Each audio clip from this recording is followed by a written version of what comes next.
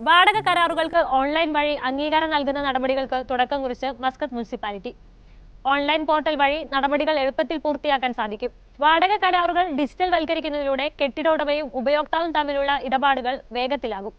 Muscat മുനിസിപ്പാലിറ്റിയുടെ വെബ്സൈറ്റിലെ electronic agreement form പൂരിപ്പിച്ച് വാടക കരാർ രജിസ്റ്റർ ചെയ്യാം. പുതിയ താമസ വാടക കരാറുകളിൽ ഉൾപ്പെടെ ഓൺലൈൻ രജിസ്ട്രേഷൻ ലഭ്യമാണ്. ഇലക്ട്രോണിക് സർട്ടിഫൈഡ് ലീസ് കരാറുകൾ ജുഡീഷ്യൽ ബോഡികൾ ഉൾപ്പെടെ വിവിധ മേഖലകളിൽ ഔദ്യോഗിക രേഖകളായി പരിഗണിക്കും. കരാർ കാലയളവിനിടയിൽ വാടക വർദ്ധിപ്പിക്കുന്നത് രജിസ്റ്റർ ചെയ്തതിലൂടെ സാധിക്കും.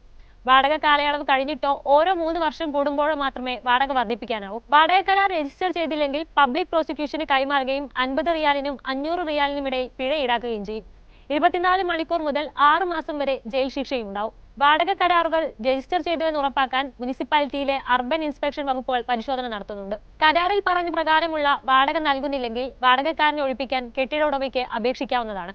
കെട്ടിടത്തിന് കേടുപാടുകൾ ഉണ്ടെങ്കിൽ നഷ്ടപരിഹാരം ആവശ്യപ്പെടുകയും ചെയ്യാം.